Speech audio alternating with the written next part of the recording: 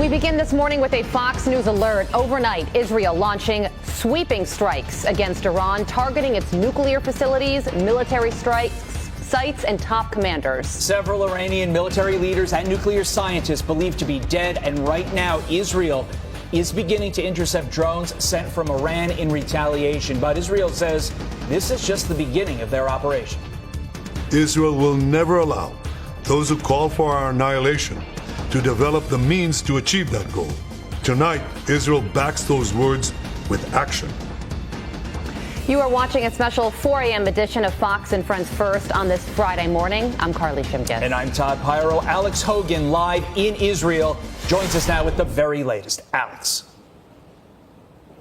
Hi, Carly and Todd. Israel says that it has identified as many as 100 drones launched by Iran heading toward Israeli airspace. And Israel says that it has started to at least attempt to shoot down some of those drones over Syrian airspace as Jordan is attempting to take down some of the drones that are above its airspace. At the same time, we just got this new alert from Israel's home command urging people that they do not need to stay as close to shelters as they had been in the previous hours, indicating that Israel and the Israeli Defense Force believe at this point that they will be able to take out the incoming threat as we await what could be these waves of drones sent over anytime this hour. All of this follows what happened earlier this morning when Israel says it targeted the heart of Iran's nuclear capabilities in an operation it calls Rising Lion. The Jewish state refuses to be a victim of a nuclear holocaust perpetrated by the Iranian regime. I've made it clear time and again, Israel will never allow those who call for our annihilation to develop the means to achieve that goal. When someone comes to kill you, rise and act first. This is exactly what Israel has done today. We have risen like lions to defend ourselves. Israel says it used more than 200 fighter jets to hit over 100 targets across Iran. In Iran, multiple explosions were heard near the Natanz nuclear power facility. There are reports this morning that that center has been completely destroyed, although the International Atomic Energy Agency says that there has been no increase in the radiation levels at that facility. Fires broke out across Iran. Iranian state media today say that 3 military commanders in the Iranian regime were killed. 6 nuclear scientists were also killed. Iran is calling a major Israeli attack a declaration of war. A declaration of war. This is the Nations Conspire channel. Welcome to today's show. A declaration of war. Israel has struck Iran's nuclear and military sites, and Iran is calling it a declaration of war and potentially the beginning of the scripted World War III. A lot of people like to talk about Albert Pike predicting how the world wars would play out. There's no prediction behind it. This is scripted. This is a blueprint that has been passed down generation after generation on how bringing about World War III, how to script it out, who the players have to be, the provocateurs, and how this entire thing will bring about the end of Christianity, the bringing in of the Luciferian doctrine. And of course, we know what this leads to with biblical prophecy and everything that Israel is trying to do because they purposely want to destroy the Dome of the Rock. And I believe, like I've said over the last year or so, talking about the conflict with Israel and Hamas, to keep an eye on the Dome of the Rock, because that's where the physical third temple is going to be built. So when we follow their script and how they script these things out, how perfect that they did this on Friday the 13th. As I've broken down many times over the years, most people think of the superstitions with Friday the 13th, and they think of Jason Voorhees, and they think of, oh, it's a spooky kind of a day. They don't understand that the connection to Friday the 13th goes back to the Knights Templar, who were arrested by agents of King Philip IV of France, and they were tortured and executed. The crimes they were committing were crimes such as blasphemy, idolatry, and I'm sure some other unimaginable acts that they were doing in secret. And Jacques de Molay was the leader of the Knights Templar. He was the Grand Master of the Knights Templar, who was burned alive. And then the name, of course, de Molay, we know, connected to Freemasonry. De Molays are the younger children who are groomed by Freemason, younger males into becoming Freemasons as they grow older. They're groomed by Freemasons, and it's named after Jacques de Molay. So nothing is done by coincidence because, of course, we know that Freemasons also follow the Kabbalah. They follow Jewish mysticism and black magic, which, of course, most Christians don't have any understanding of because they're taught that the Jewish people, the ones who claim to be and are not, actually read from the Torah. They believe that they read the books of the Old Testament. They have no understanding of the Kabbalah, the Zohar, and, of course, the Talmud. But I won't go into more detail about that. Let's take a look at some of the things that are surrounding this Friday the 13th ambush, where Israel and Iran are clearly going into war, and America, of course, will be dragged into this as a tentacle that America is to the industrial complex known as Israel. Donald Trump tweeted out, "I gave Iran chance after chance to make a deal. I told them in the strongest of words to just do it. But no matter how hard they tried, no matter how close they got, they just couldn't get it done. I told them it would be much worse than anything they know, anticipated, or were told, that the United States makes the best and most lethal military equipment anywhere in the world by far, and that Israel has a lot of it, with much more to come, and they know how to use it. Certain Iranian hardliners spoke bravely, but they didn't know what was about to happen. They are all dead now, and it will only get worse. There has already been great death and destruction, but there is still time to make this slaughter, with the next already planned attacks being even more brutal, come to an end. Iran must make a deal before there is nothing left and save what was once known as the Iranian Empire. No more death, no more destruction. Just do it before it's too late. God bless you all." So you hear right in there, there's already been great death and destruction. So Donald Trump isn't hiding the United States of America's involvement in this. And of course, this is all being strategically done, aligning the U.S. with Israel, aligning Christians with the state of Israel. Trump even went on to say that the attack on Iran was excellent and that there will be more to come, a lot more to come. And when asked if the United States participated in the attack in any way, Trump responded by saying, "I don't want to comment on that," which is pretty much a way of flat out saying, yes, the United States of America is involved and can very well get pulled into this. And we know that the United States of America will be pulled into this. Now, when we talk about Albert Pike and we talk about the Third World War, people out there use the word predicted. Albert Pike predicted the Third World War. Wow, it's playing, it's scripted. This is a blueprint that was written to tell future generations, future Freemasons, future members of secret societies, obviously higher up than that, on how to bring about World War III, to bring about the destruction of Christianity and to bring in the New World Order. In his letter to Mazzini, he wrote, "The Third World War must be fomented by taking advantage of the differences caused by the agentur of the Illuminati between the political Zionists and the leaders of the Islamic world. The war must be conducted in such a way that Islam, the Muslim Arabic world, and political Zionism, the state of Israel, mutually destroy each other.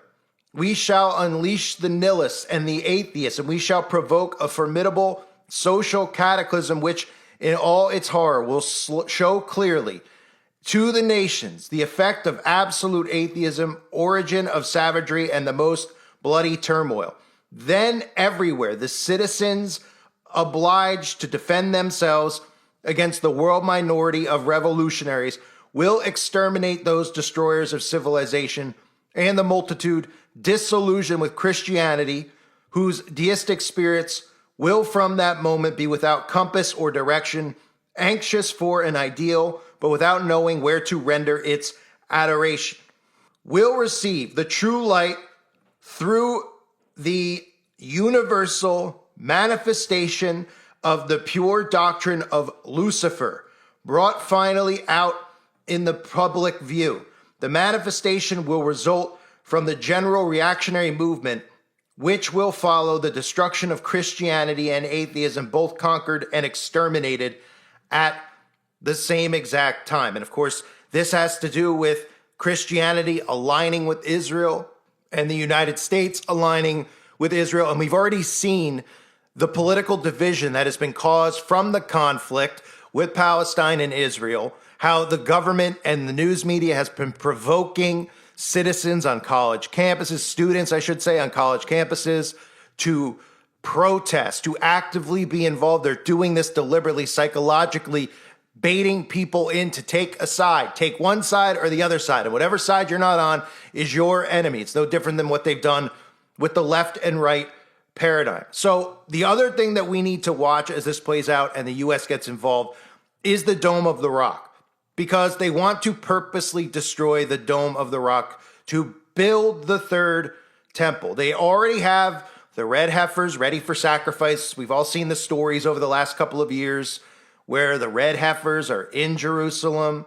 We've seen Israelis practice their red heifer ritual in front of specific mosques out there. And we know that they are already prepared to build out the third temple. They have the plans drawn out. Don't forget how floating around Israel just back in the beginning of this year and towards the end of last year, that replica of the Ark of the Covenant that was on display in Mar-a-Lago that Donald Trump had, that bizarre replica of the Ark of the Covenant, was actually on display in Israel. It was making its way around Jerusalem just a few months ago, around the time that Trump was put back into power. So Israel-Iran war conflict is now escalating.